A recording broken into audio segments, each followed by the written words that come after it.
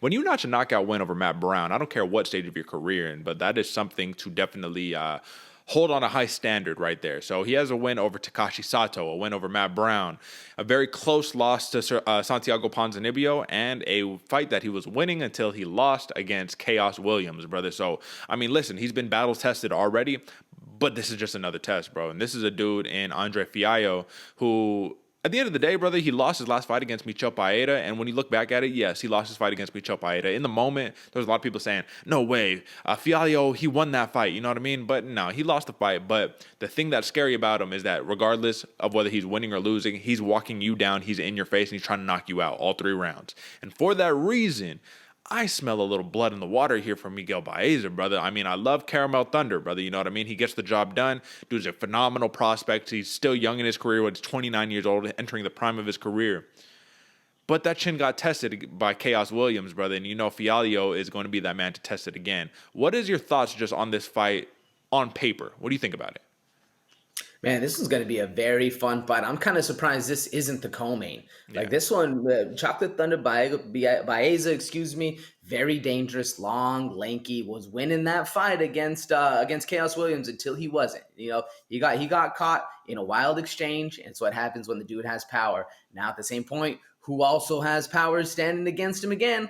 Fialho, however you say that name. Fialho. But either way, this dude's normally a finisher, wasn't able to get it done against Pereira, but still very much a pressure fighter in your face. Very technical striking too, man. Keeps a high guard, doesn't let the hands down. He's not looping any of his punches. He's not pawing at anything. Everything's down the pipe. Everything's like it's supposed to be, and he's in your face the entire time, man.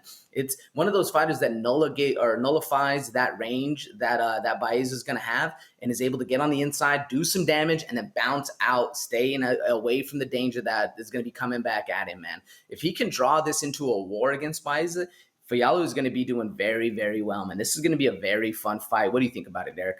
I think that Fialho needs to watch his legs, bro, because Baeza, that's one of his main weapons that he utilizes sometimes and then not sometimes, you know what I mean? But he does have that fight against Ponzinibbio, man. He landed like 40 leg kicks on him. Calf kicks, you know what I'm saying, where he's beating up the leg. So I think that should be a very important tactic for him to try to use against Fialho, where he tries to beat up the legs, take away the mobility of Fialho, so he's not chasing him all around the cage, cutting him off. You know what I mean? The entire fight. But I do think that this is a winnable fight for Miguel Baeza. So I'm not gonna lie to you, brother. I actually, when I was entering it in, because what I do is I'll take all of the information on ESPN and like all the odds and all that fun stuff, and I'll enter it to my own Excel sheet, and you know what I mean? I'll do it that way because that's just kind of how I like to go about it, right? So I'm doing that, and I actually put in a little manual error, right? Because everything is automated these days. My error was I flipped it, and I had the odds in favor of Fialho instead of Baeza. So when I was looking at this, I was like, dang, man, yeah, Fialho is the favorite, but I could see Baeza doing a little something until I realized that I messed up, and I was like, oh, Baeza is actually the favorite. So then I was like, okay, so when you look at it from that different perspective, it's like, okay, well, I saw all those ways Baeza could win. Now I understand why he's the favorite.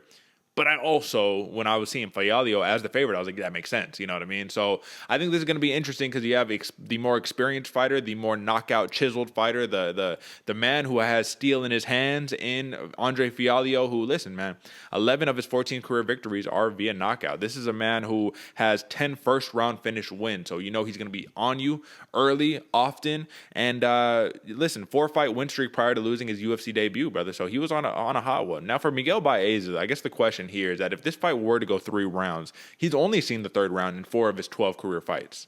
So he started to fade against Ponzinibbio in that 3rd round.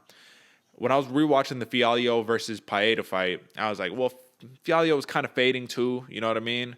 But Paeta also moves the entire time, so he's chasing him the entire time for 3 rounds.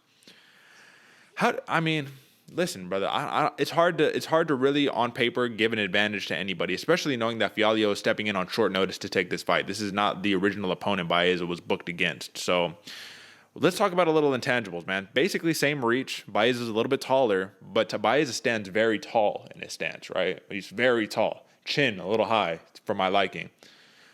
When it comes down to a prop bet, brother, Fialho by knockout is plus 315. Do you think that's a little too crazy of a prop right there to not at least throw a little bit of money on? Yeah, I think you have to throw a little money on that, man. This dude's Fialho's striking is very impressive, man. And well, like you said, Baeza stands a little tall, the chin a little bit high.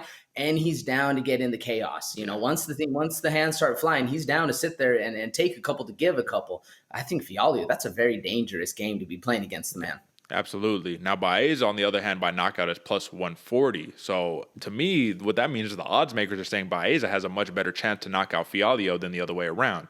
Lest we forget, in the 4 career losses of Andre Fialho, 2 of them have been via knockout, 2 of them by decision.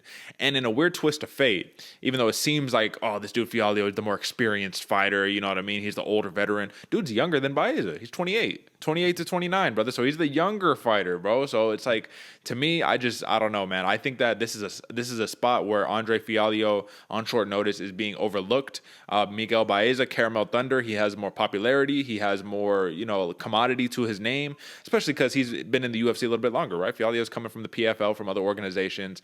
I think that this is I don't want to say a smash spot, but this has Live Dog written all over it. Do you agree? I agree with you, Derek. Fialho is very much a live dog, man. I was kind of surprised when I saw the odds that he was the underdog on this one, because I agree with you. When I was looking at this before I took a look at the odds, I was like, oh, this should probably be, one or the other. Very close fight, a coin toss going forward. I wouldn't be surprised to see Fialho as the underdog. I also wouldn't be surprised. I'm a little more surprised to see Baeza as the favorite, just because of the way his style, his fighting has been going, man. We expected a lot out of him, and he has delivered to a point. You know what I'm saying? Like he's shown that, yeah, he's up there. He's a lot better than a lot of the other prospects out there, but he isn't quite to where we thought he was going to be. Now, Fialho has that chance right here to come in and take the fire from Baeza, keep it going, keep pushing, especially with the knockout, man. If Fialho is able to get that knockout and kind of take that clout from Baeza, it's going to be very interesting shakeup to the division we're going to see. But either way, I do see a lot of value in that underdog, that plus 155 for Fialho. All right, right on, man. So like I said, the prop bet that we need to discuss, Fialho plus 315 for the KO. I like that prop right there. Plus 155 money line for Andre Fialho. I like that money line right there. Either way, over and under, brother, on this one, it looks like we're looking at 1.5 rounds. What are you going, over, under? Who you got? Yeah, I like that prop bet for the knockout by Fialho, and that's exactly what I'm going, man. I'm going Fialho, KO, but I'm going round 2. And I'm going to late round 2, so I'm taking the over. Okay. I think it's going to come late round 2. Either way, like I said, Fialho, KO. Who you going with and why? Even though I'm praising this prop bet right here, brother, I cannot put all my eggs in one basket, and I think that this could turn out to be something a little bit surprising. So I think I'm actually going to rock with something that nobody's going to expect, but another prop bet. Fialho to win by decision is plus 550 against Miguel Baeza. I just hope that the cardio's in shape. He's in shape, ready to go, because I think he can make Baeza fade and then get the job done over 3 rounds. So I'm going to rock the over. I'm going Andre Fialho on this one. Should be a fun fight. And let's move on to the next one.